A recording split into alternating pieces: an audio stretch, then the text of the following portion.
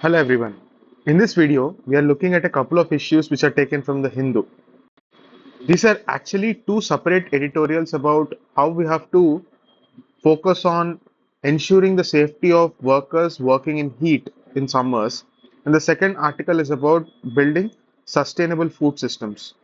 But towards the end of this presentation, you will also see that we are trying to link heat as a structural problem for our resilience towards nutritional security and the importance of looking at agriculture and climate as a system for our food security and nutritional security. So, why are we talking about this article?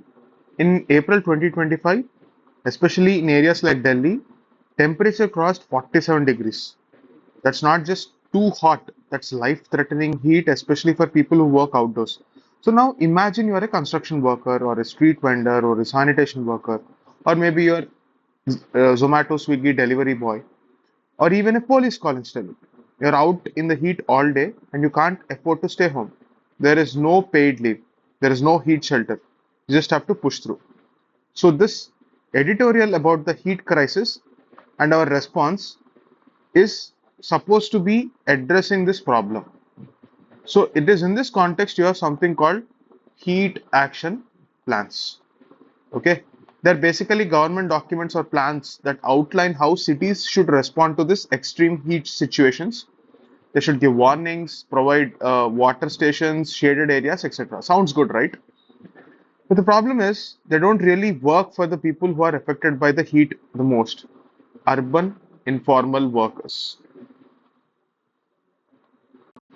So it is in this context you need to understand what is going wrong with respect to this heat action plans.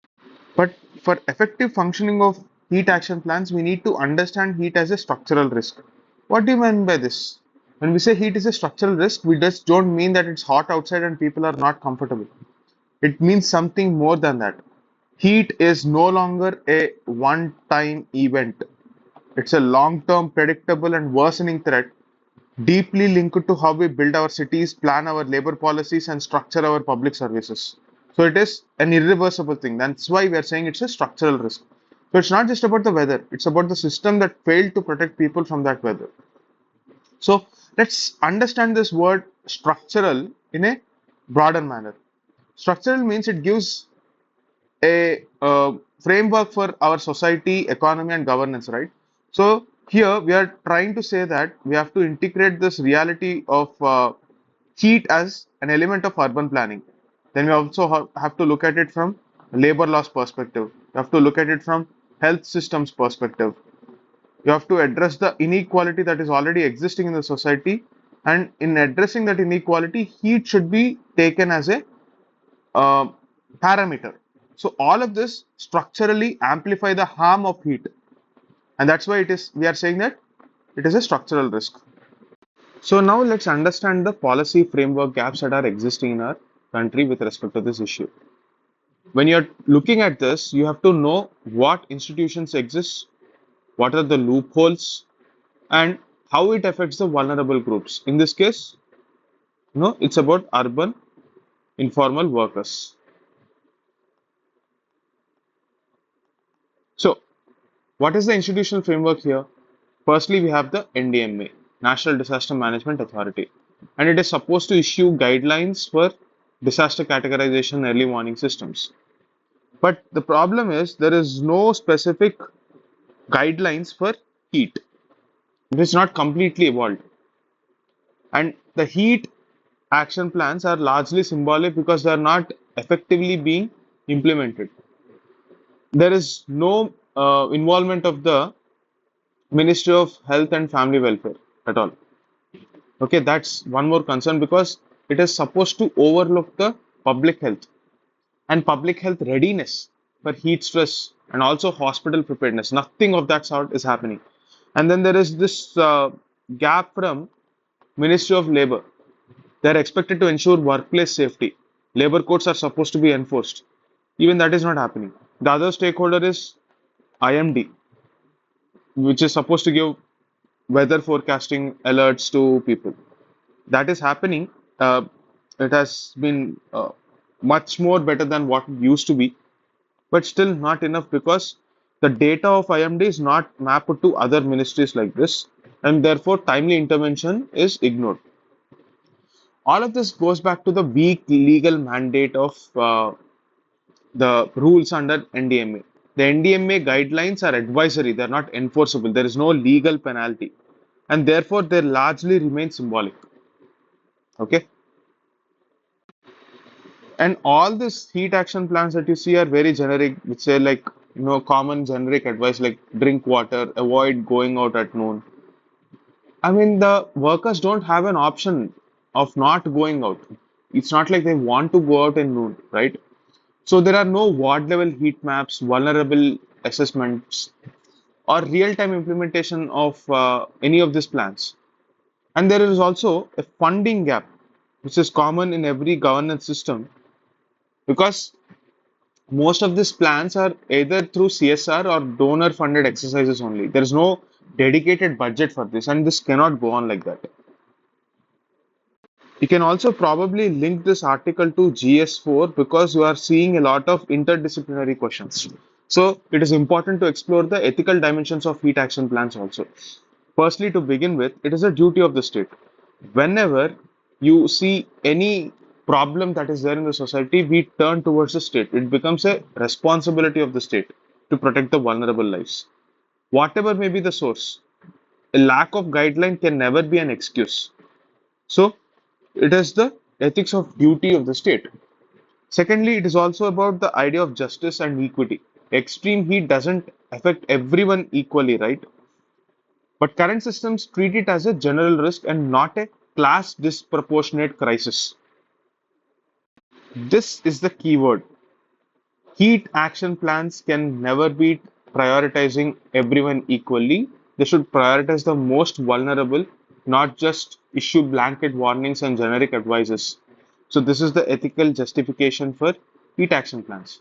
And of course, you have the right to thermal protection because it's a part of basic human dignity. The Constitution guarantees, a right to life under Article 21.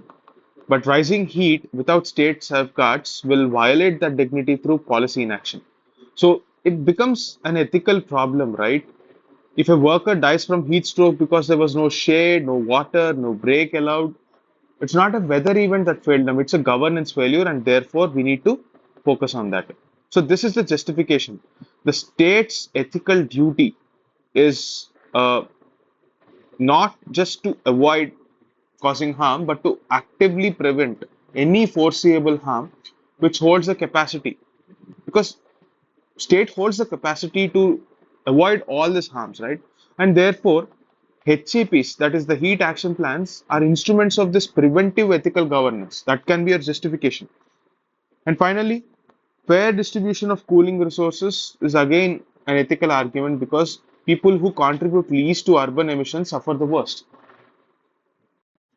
So, what are the solutions for this heat resilience? Firstly, you have to give them heat breaks because they need to rest.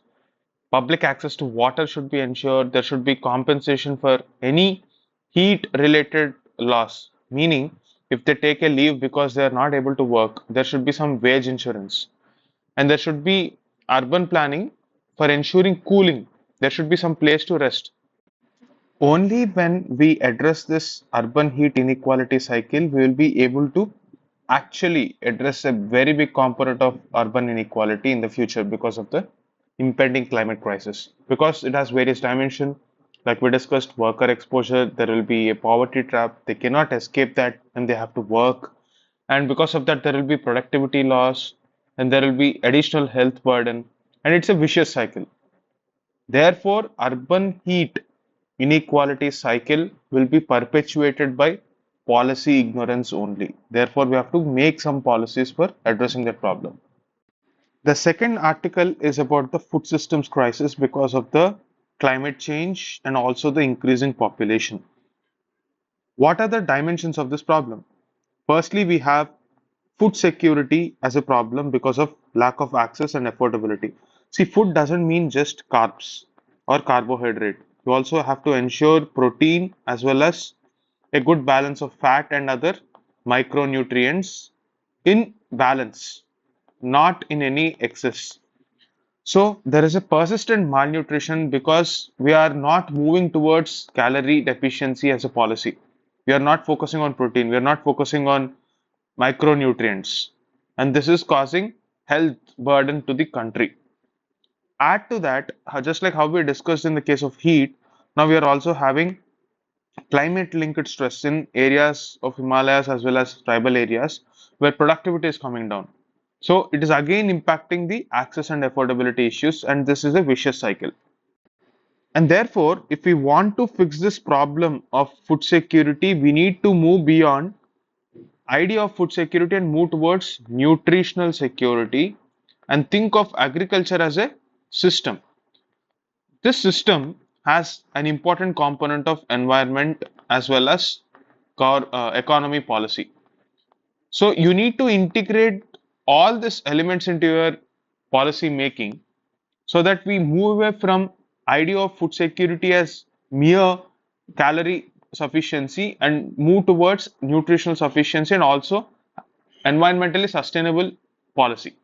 So we have to move beyond the green revolution idea of rice and wheat and diversify our crop systems and make them conducive for agri-economic zones, agri-economic and ecological zones. Okay. We have to move towards nutritional sensitivity and focus on the quality aspect of it and make our conditions climate resilient. So this is the new idea, the paradigm shift that is required in achieving this food security. So you have some important schemes by the government of India, whether it is the Poshan Abhiyan or the Shri Anna Millets or Mission Poshan 2.0, and all of them are converging towards the Sustainable Development Goal number 2, that is zero hunger. What are the new nutrition sensitive interventions that we would need at scale across the country?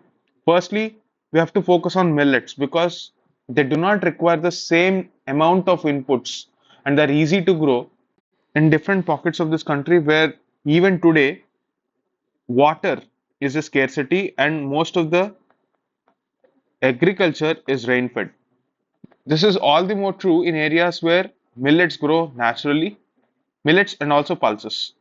So we have to move towards biofortified millets. What do you mean by this? Millets may have some deficiencies naturally, but we can fortify them through biotechnology and make them accessible to the common public. We have to focus on community kitchen because accessible balanced meals will happen when people of that community come together and ensure that intervention of good nutrition is at community level. Even in schools, hands-on nutrition education should be normalized. For example, school kitchen gardens is one such initiative where kids are taught the importance of nurturing plants. And as responsible adults, they will grow into those human beings where they will care about this environment. So the train of thought that I want you to have is constituting this food systems triangle where you care about the production, the access, and the outcomes. So where and how we grow our food is important. Access should focus on ensuring the equitable distribution and affordability.